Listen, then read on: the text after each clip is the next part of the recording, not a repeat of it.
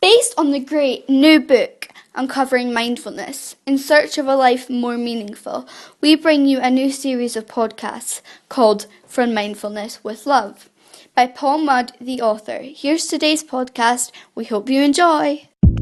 Are you in search of a life more meaningful? Welcome to the podcast that takes you from mindful to mindful. Leadership, resilience, compassion, success. Join the journey.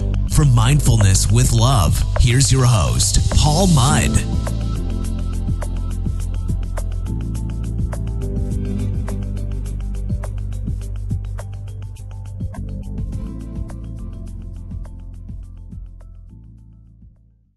Only 3 things happen naturally in an organisation.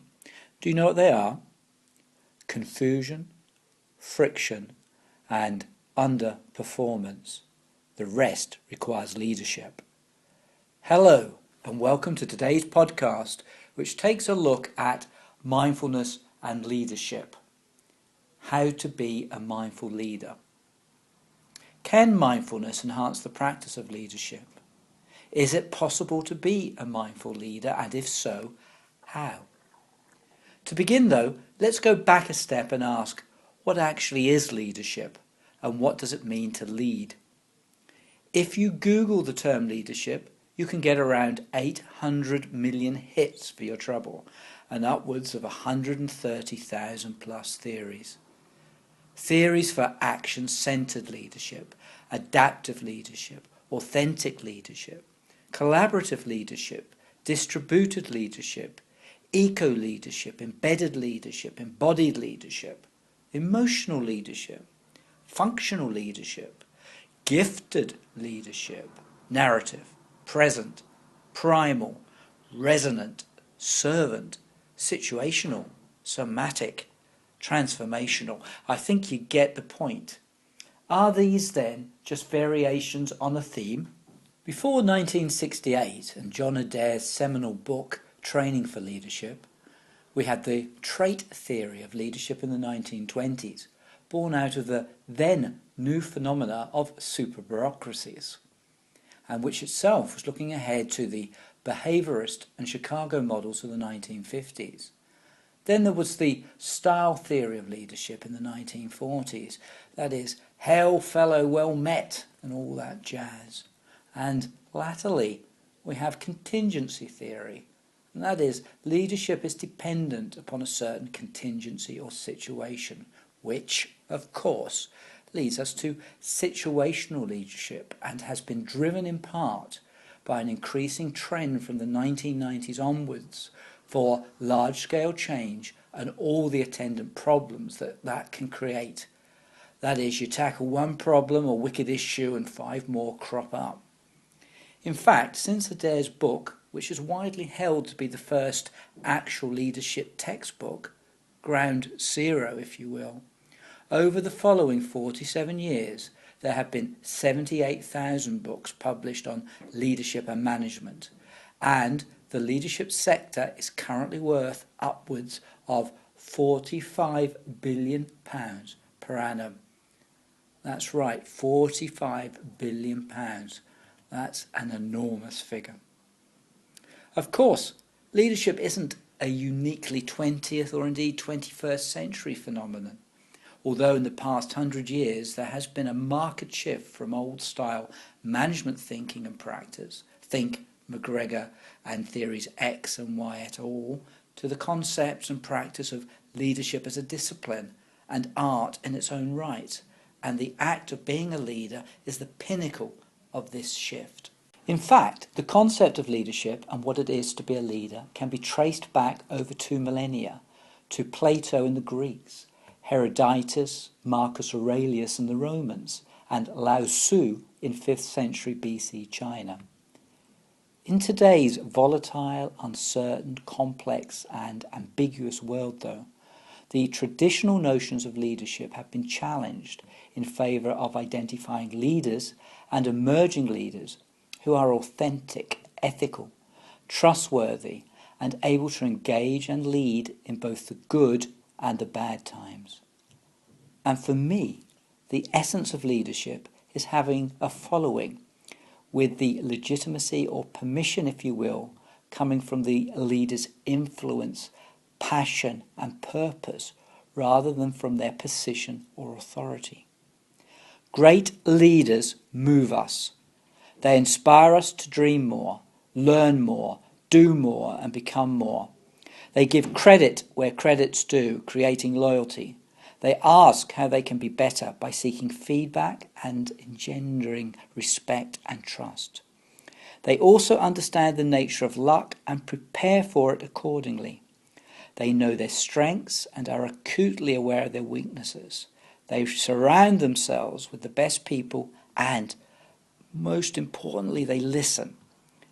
They are curious and natural storytellers, able to create a compelling and resonant narrative that connects emotionally. And they are authentic, ethical, and trusted as well. Another reason that the role and practice of leadership remains under continuing scrutiny is because of the growing recognition that a high-stress and non-supportive workplace culture with poor leadership can have a highly toxic impact, not just on productivity and performance, but also on relationships, morale, and the retention of staff. In reality, leadership looks and feels context-dependent, and at its beating heart, it's about relationships. Relationships between the leader and whomever they lead, all inspired around a common purpose.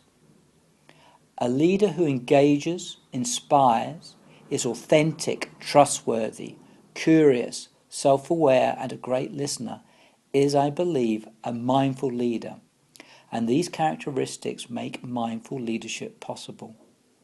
A mindful leader pays attention and is present, which is about much more than simply showing up or just being in the room. Lots of leaders show up, but they're not in the moment. They find themselves distracted by whatever crisis, issue, or meeting is taking precedence, and this really undermines their ability to gather the necessary information and effectively judge and weigh situations in order to make the best decisions. However, because a mindful leader is more attentive and aware, they will surround themselves with great people and inspire them by being present both in mind and body. They will be genuinely interested in those they lead and their personal stories because they get the importance of that emotional connection. They will come across as more deliberate and considered, perhaps more grounded for want of a better term, and less likely to lose their cool. They will have their finger on the pulse and be aware of the questions to ask and of the places they need to look for those answers. Because they actively listen, the mindful leader will consciously tune into the song beneath the words and notice the little things, nuances and subtleties that may go unnoticed by others.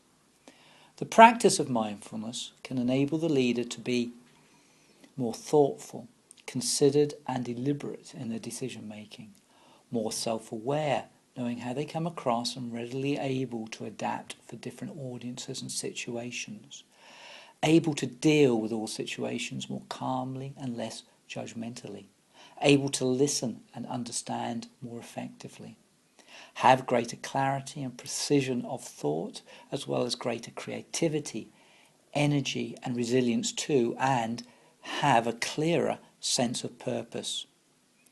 Being a mindful leader means being aware of yourself, your environment, and how vital it is to approach life in an improved state of mind, particularly from a well-being perspective.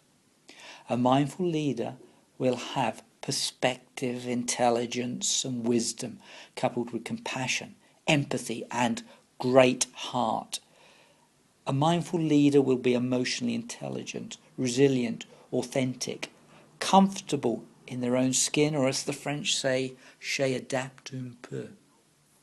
A mindful leader will balance gentleness and strength, but also be humble and prepared to fail whilst embracing the learning that comes from any failure.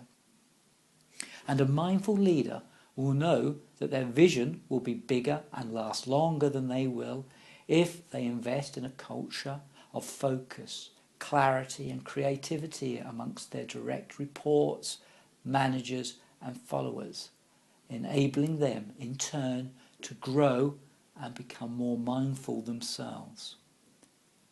I talk in more detail about mindful leadership in my book, Uncovering Mindfulness in Search of a Life More Meaningful, now available on Amazon. You can follow the continuing journey, Uncovering Mindfulness, on Twitter at The Mindful Book, and that's capital T, capital M, capital B.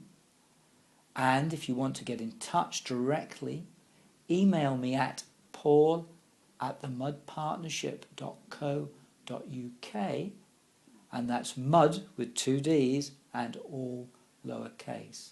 I'd love to hear from you. And until the next time, be mindful. Hell yeah. Thank you so much for listening. If you enjoyed, please subscribe and leave a review. We want your feedback. Help us support your journey uncovering mindfulness in search of a life more meaningful. For Mindfulness with Love, we'll catch you next time.